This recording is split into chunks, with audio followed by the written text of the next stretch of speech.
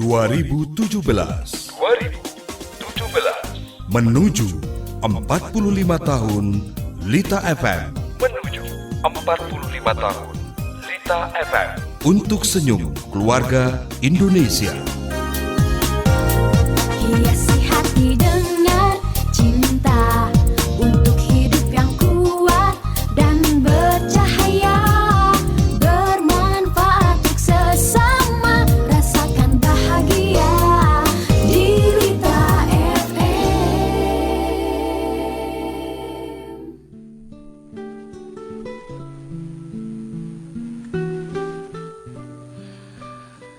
90,9 Lita FM di acara Pesan Sayang untuk Ayah Tercinta.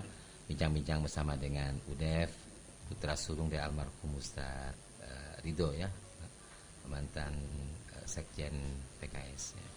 Orang yang bisa menjabat Sekjen itu langkah menurut saya. Ayahmu pun bisa ya. Menurutmu kenapa sih ayahmu tuh bisa? Tadi ya memang beliau kayaknya seorang pembelajar gitu ya, Def. Bacaan saya sih ini. Langkah loh untuk bisa gantiin Ustadz Anies tuh. Itu Pak Anies tuh kan yang saya tahu kan orangnya smart ya, cerdas ya, bijak, semangat. Beberapa waktu interaksi juga dengan Lita FM juga beliau memperlihatkan itu. Nah penggantinya itu kan ayahmu gitu. Menurutmu ini ya, tentu saja tadi yang kalau ini dari segi apa yang sebetulnya jadi minat ayah itu apa sebetulnya yang selain di seni ya? Iya, sebenarnya ayah saya itu kan profesional jatuhnya di bidang Islamic Finance, di ekonomi Islam. Ekonomi Islam. Beliau itu sempat kerja di bank CIMB Syariah di Malaysia, sebagai dewan pengawas itu kan. Di Malaysia nyala kan CIMB kan dari Malaysia. Jadi udah level internasional sebetulnya ya. Ya, jadi sering seminar-seminar juga sebetulnya.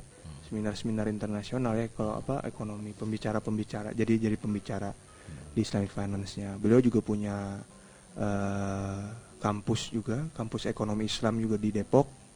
Stay Sebi namanya kan. Sekolah Tinggi Ekonomi Islam Sebi di Depok. Beliau juga ketua yayasannya. Almarhum itu. Jadi dia itu emang guru gitu. Track recordnya memang begitu ya, jadi emang wajar begitu. Ya. Jadi beliau itu memang guru gitu. Dari dulu juga setelah lulus pesantren beliau jadi guru gitu kan. Makanya disebut ustadz ya emang guru gitu jatuhnya, emang suka ngajar. Ustadz Anies pun kan dipanggil ustadz ya emang dia suka ngajar kan, jadinya ustadz gitu. Ya yang saya lihat di beliau gitu kan, bacanya itu kan luar biasa. Almarhum itu. Jadi di rumah ini kan ada berapa lemari gede gitu, bacaan semua, buku semua. Kita kan punya perpustakaan ruangan gitu kan, agak gede gitu kan, buat isi, buat pengajian di situ, buat diskusi di situ. Dan saya bukunya itu luar biasa banyak gitu kan. Misalkan ke rumah gitu, itu ada satu ruangan besar isinya buku semua gitu. Dan emang suka baca buku jadi jatuhnya. Dan memang secara personal gitu, beliau itu dekat dengan siapapun itu jatuhnya, enggak eksklusif sama sekali gitu kan. Jadi biasanya kan kalau ada orang ya eksklusif lah gitu lah. Kok ini ayah saya itu ngebuka percakapan dengan semuanya, bahkan dengan musuh ideologinya sekalipun gitu. Oh ya? Jadi buka kan, walaupun musuh dalam ideologi, tapi kan secara manusia dia masih manusia gitu kan. Iya, jadi kalau hubungannya mesti harus dijaga gitu kan. Dan ini susah menurut saya orang kayak gini, jarang gitu. Dan ayah saya itu salah satu orang yang langka. Makanya orang-orang datang pas penguburan beliau itu jadi dari semua segmen datangnya.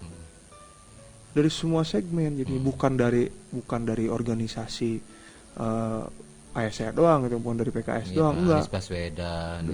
Datang dari banyak gitu. Bahkan Fadlizon aja kan wakil ketua DPR itu kan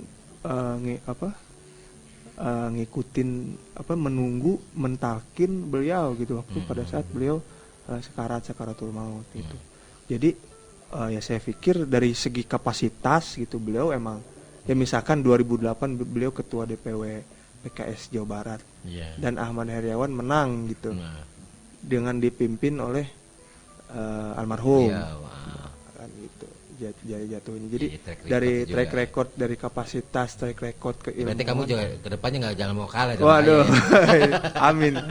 Iya kan? Oke, dari ini pertanyaan rada ini nih ya. Akang kan orang Sunda nih. Akang kan mengenal jengkol nih, apakah jengkol ada di Jerman gitu. Ponten hanya ingin tahu aja apakah jengkol itu go internasional. Biasalah pendengar ini suka canda. Nggak ada kayaknya di sana jengkolnya. Ada gitu yang mirip-mirip jengkol? Ada sih, harus diekspor ya. Gitu. Ada juga ekspor jengkol. Tahu saya ini ada. Pete juga ada. Jadi orang Nggak tahu, Jerman. kalau peminat pasarnya saya nggak tahu, tapi yang jelas saya pernah menemukan gitu. Itu di sana. Oh, di sana. Ha-ha. Siapa itu pelakunya ya? Wah, saya kurang tahu. Itu siapa yang mengirim jengkol ke ini ke Eropa gitu. Iya. Oke, di bagian terakhir nih, udah ya, terima kasih sebelumnya juga sudah datang jauh-jauh ya ke sini. Semoga Allah SWT mencatat ini sebagai amal kebaikan kita, sebagai jejak kita yang akan terus gitu ya kita langkahkan. Apa kedepannya? Tapi ada satu lagi nih, ya, kita hormati dia. Indra Santika Putra, Kang Ude, kebetulan saya juga berkiprah di bidang bahasa Perancis sejak tahun 1989. Seperti halnya bahasa Jerman, bahasa Perancis pun digunakan di beberapa negeri di Eropa seperti Belgia, Swiss, Luxembourg dan Monaco. Oh, ya keterangan saja ya. Oke, ngelanjutin. Pasti kamu ingin lebih dari ayah ya, karena saya pikir ayah pasti itu yang terimpian. Tidak ada ayah di dunia ini yang kepingin dia sama, pasti dia pingin lebih gitu. Pingin anak itu lebih daripada dia gitu. Apa yang ingin udah tadi jelas itu ya, amanah tadi, tapi obsesi apa yang ingin lebih dihayati oleh Anda gitu? Ya sebagai anak sih hari ini harus lebih baik dari hari Iya. kemarin, hari esok lebih baik dari hari ini gitu kan. Ya, sebagai Panggilan anak sih jiwamu, panggilan jiwamu apa? obsesi sih banyak ya, besar gitu. Dan permintaan orang tua juga besar gitu. Misalkan saya harus selesai kuliah, misalkan Itu sampai satu, ya. doktor gitu. S3 itu juga kan melangkahi ayah saya gitu kan, lebih gitu. Ayah saya itu S2 gitu kan, saya misalkan S3 kan lebih gitu kan. Alhamdulillah ya. Ya, insya Allah aja lebih benghar oke gitu. Amin. Amin. Lebih asal jangan lebih ininya aja, apa, istrinya lebih gitu. Cuma satu aja lah. Iya. Enggak jadi. Jadi ayahmu S2, kamu dokter. Iya, jadi itu ya, ya benar. kalau Ya. pengen lebih obsesi. Saya diarahkan ayah saya itu ke ya itu ke ekonomi gitu kan. Ekonomi pengen apa, kata ayah saya, ini udah kasih cari peluang, ini ekonomi Eropa aja. Makanya saya nanti ke depannya akan mempelajari, sebetulnya sekarang juga mempelajari ekonomi Eropa ya, tapi lebih ke Jermannya dan Uni Eropa pada generalnya gitu. Kedepannya saya ingin mempelajari ekonomi Eropa secara mendalam gitu. Karena peluangnya besar ya, karena kan sekarang liberalisasi perdagangan di ASEAN ya. Iya. Dan itu mengacunya itu ke Uni Eropa gitu. Kata ayah saya itu kesempatan besar. Jadi seorang ahli di bidang situ nanti ditatanya, kata ayah saya gitu. Soalnya dulu ayah saya juga seperti itu ternyata. Jadi beliau ini mau ngambil apa nih jurusan? Jadi mengambil yang benar-benar nggak populer di Indonesia. Ambilnya Islamic Finance kan. Jadi beliau itu ada misalkan di perusahaan gitu kan, ada 5 ya, 2 profesor, 2 doktor, 1 saya S2 gitu. Nah ini mau dikurangi 2 orang. Yang dikurangi bukan ayah saya, tapi yang dokternya ini dikurangi gitu. Walaupun ayah saya cuma setara S2, tapi ayah saya ini sebikunal awalun di bidang itu gitu jatuhnya. Jadinya sangat-sangat terpakai keilmuannya, jadi pengalamannya besar seperti itu sih. Jadinya nasihat-nasihat beliau sangat banyak ya, almarhum itu, nasihat-nasihat yang disampaikan secara pribadi maupun disampaikan secara umum gitu. Beliau kan sering ngisi juga ya, jadi beliau itu pemikirannya saya pikir sih melebihi zamannya. Teman-teman beliau juga seperti itu gitu jatuhnya. Iya. Ya kalau bahasanya Akhi Rik kan memang ayahmu bisa dari bidang seni juga, termasuk yang liar katanya. Mungkin kalau saya sih kalau mendalami ayahmu itu mungkin karena dia juga seorang seniman ya. Dia seorang pembelajar, seniman. Jadi saya pikir itu adalah apa ya? Nafas kreativitas ya. Jadi kalau seorang seniman kan biasanya begitu, dia mencari inspirasi. Kadang-kadang mungkin ya tadi mungkin apa yang difikirkannya itu sudah melampaui zaman kita. Bukan begitu, Dev, yang saya baca ya. Iya. Ya, jadi beliau itu berpikirnya itu udah jauh-jauh ke depan gitu. Yang ya inilah pokoknya melebihi zamannya lah. Kalau beliau ngobrol dengan mengisi misalkan dengan orang-orang itu bener-bener selain menggelora, selain bikin semangat, ya itu jadi konsep-konsepnya itu luar biasa gitu. Makanya Jabar bisa menang mungkin ya, segala macam makanya bisa salah satunya ayah saya juga si organisasinya lagi turun bisa naik lagi gitu. Itu salah satunya kan peran besar banyak sebetulnya, tapi salah satunya juga peran besar ayah saya gitu. Artinya dalam situasi terpuruk kan butuh seseorang yang bisa mendorong kembali kan ya. Tidak terbayang kalau tidak melakukan kunjungan ke beberapa daerah tadi ya. Oke, udah semoga kuliahmu bisa selesai. Kemudian juga obsesimu bisa terwujud dan yang paling penting mungkin kita di Indonesia juga menanti kiprah Anda di sini. Insyaallah. Okay.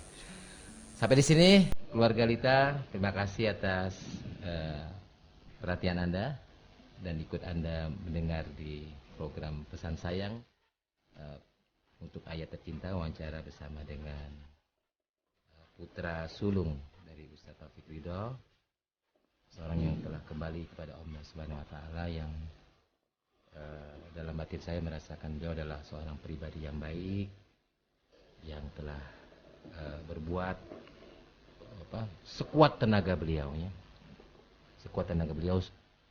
mempersembahkan bagi Islam ya, bagi kaum muslimin, bagi masyarakat Indonesia sesuai dengan apa yang telah diamanahkan kepada beliau. Sampai di sini, assalamualaikum warahmatullahi wabarakatuh.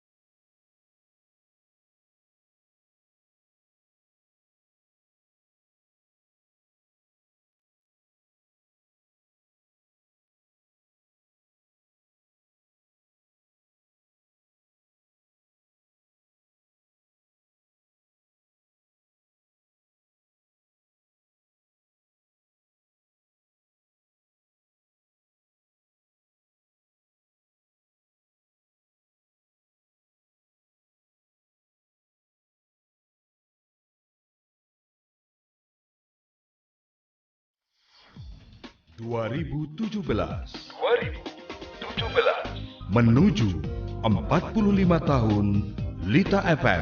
Menuju 45 tahun Lita FM. Untuk senyum keluarga Indonesia.